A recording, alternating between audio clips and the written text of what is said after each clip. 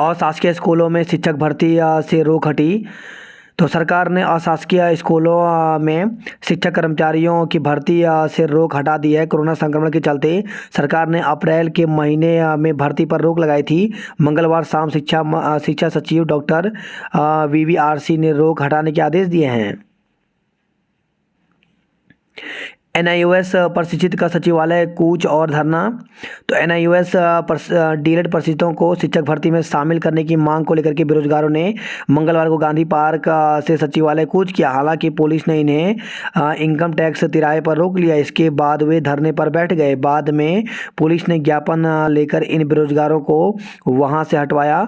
मंगलवार दोपहर बेरोजगार बड़ी संख्या में गांधी पार्क में इकट्ठा हुए। यहाँ उन्होंने सरकार के खिलाफ जमकर नारेबाजी की। इसके बाद वे रैली के रूप में सचिवालय की ओर निकल गए थे। NIOS डीएलएड बेरोजगार संगठन के अध्यक्ष कपिल देव ने कहा कि 2017-19 में NIOS से देश के तमाम राज्यों के अप्रशिक्षित शिक्षकों को डीएलएड करवाया गया। इसे NCTE ने मान्यता भी दी।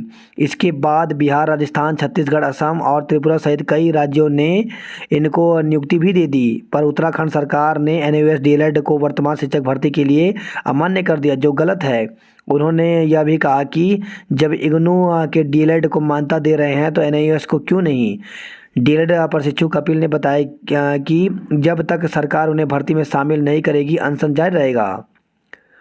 वहीं शिक्षा मंत्री ने यहाँ पर कहा है, मैंने पहले भी कहा है कि सरकार डीएलएड NIOS प्रशिक्षुओं की मांगों पर गंभीर है और भविष्य में होने वाली भर्तियों में इन युवाओं के बारे में सकारात्मक रूप से विचार करते हुए व्यवस्था करने का प्रयास किया जाएगा। वर्तमान भर्ती हाईकोर्ट के निर्देशानुसार की जा रही है, जिसमें संशोधन मुमकिन नहीं होगा।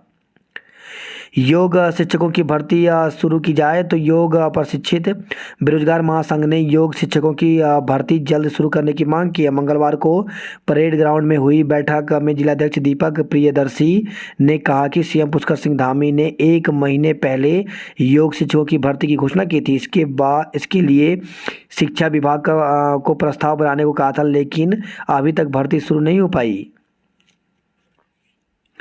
गृह विभाग में फंस गया पुलिस भर्ती का पेंच।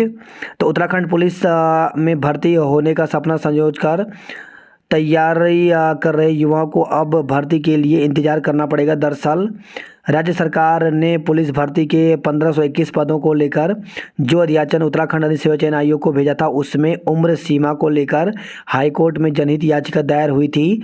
हालांकि हाईकोर्ट ने इससे प्रदेश सरकार का मामला बताकर खारिज कर दिया था। यह अध्याचन उत्तराखंड अधिक सेवा चयन आयोग इस मामले को सरकार और पुलिस विभाग को भेजा था। याचिकाकर्ता की ओर से उम्र बढ़ाने का आग्रह करते हुए कहा गया कि राज्य में 5 साल से पुलिस भर्ती नहीं हुई। कई युवा उम्र सीमा को पार कर चुके हैं। ऐसे में इस भर्ती के लिए उम्र सीमा बढ़ाई जानी चाहिए। सूत्रों की माने तो इस बारे में उत्तराखंड अधिक सेवा चयन आयोग ने पुलिस और सरकार से मार्गदर्शन मांगा है।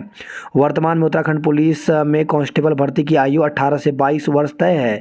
उधर पुलिस से जुड़े सूत्रों का कहना है कि विभाग की ओर से सरकार से लगातार जल्द से जल्द भर्ती के लिए गुजारिश की जा रही है।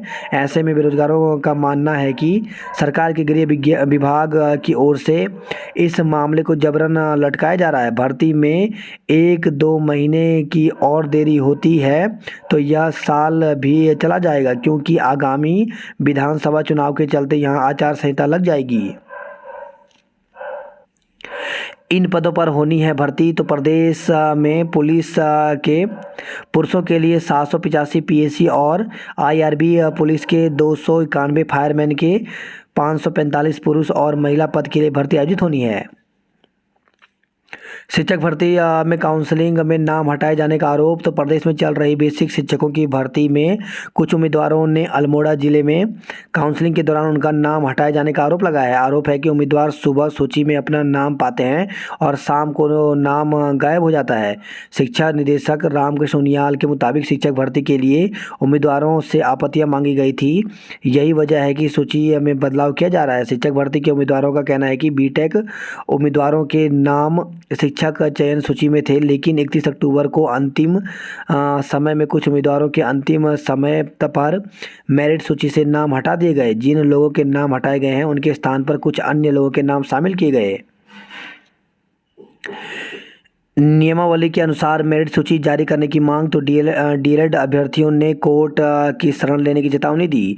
तो डीएलएड अभ्यर्थियों ने जिले में शिक्षा विभाग पर प्राथमिक शिक्षक भर्ती के लिए जारी प्रथम मेरिट सूची में प्राथमिक शिक्षक सेवा नियमावली के उल्लंघन का आरोप लगाया। अभ्यर्थियों ने मामले में उच्च न्यायालय की शरण लेने की चेतावनी दी। अभ्यर्थियों का कहना है कि विज्ञान वर्ग में पीसीएम, जेडबीसी और अन्य विज्ञान वर्ष के लिए प्राथमिक शिक्षकों के पद अलग अलग आरक्षित रहते हैं, किंतु जेडबीसी के रिक्त पदों के लिए विभाग बीएड अभ्यर्थियों को तैनाती करने पर विचार कर रहा है। इस संबंध में शिक्षा निदेशक ने भी नियमावली के विपरीत 7 अक्टूबर को विभाग को पत्र जारी किया था। मांग है कि जेडबीसी के रिक्त पदों पर विज्ञान वर्ग के ही उत्तीर्ण डीएलएड अभ्यर्थियों को नियुक्ति दिया जाना नियमानुसार तर्कसंगत है। ऐसे में विज्ञानेतर वर्ग में हिंदी, अंग्रेजी और सामान्य विषयों के लिए भी है।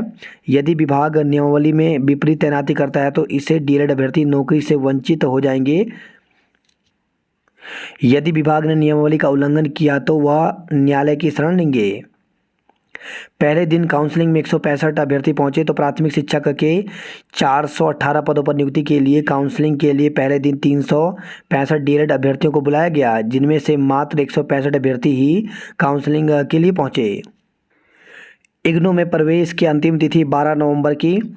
तो इग्नू में स्नातक और स्नातकोत्तर पाठ्यक्रमों में प्रवेश की अंतिम तिथि 12 नवंबर तक बढ़ाई गई है।